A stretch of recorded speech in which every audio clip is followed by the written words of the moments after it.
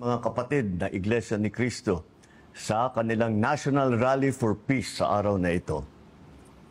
Magkakaiba man ang ating pananaw sa mga usapin ng bayan, pinagbubuklod tayo ng isang layunin, ang maitaguyod ang isang maunlad at payapang bansa.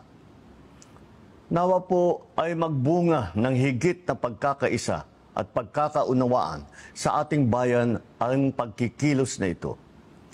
Nais ko ring ipaabot ang taus-pusong pasasalamat sa mga kapatid sa Iglesia ni Cristo sa patuloy ninyong pagsuporta sa administrasyong ito.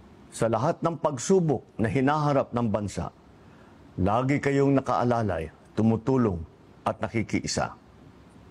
Marami pong pagsubok ang ating kinakaharap at marami pang haharapin mga balakid sa paglalakbay tungo sa isang maaliwalas at maunlad na bukas na dapat malampasan. Ako'y naniniwala na tayo ay may pagkakaisa, may malasakit sa kapwa, at may pagmamahal sa bayan. May tiwala sa kakayahan at higit sa lahat, may pananalig sa may kapal.